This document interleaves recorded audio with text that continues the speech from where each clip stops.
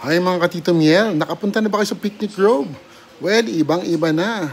Talagang malinis, maayos, organisado ang mga stalls. At hindi lang yon, bukod sa magandang view deck, meron na rin silang tararan, zip line.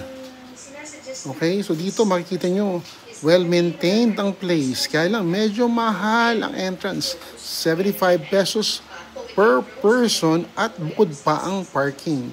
Kaya nga kung nagbabala kayong pumunta ng Tagaytay dito sa Picnic Grove, well, don't expect na mababa ang entrance fee. Ang mahalaga, ma-enjoy nyo aliwalas sa paligid, ang simoy ng hangin at pwede rin kayong mga bayo. Okay? Kaya sinabi ko, may zipline. Nakasa na lang ng loob.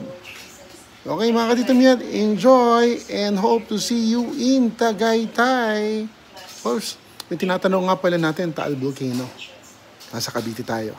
Okay, bye-bye.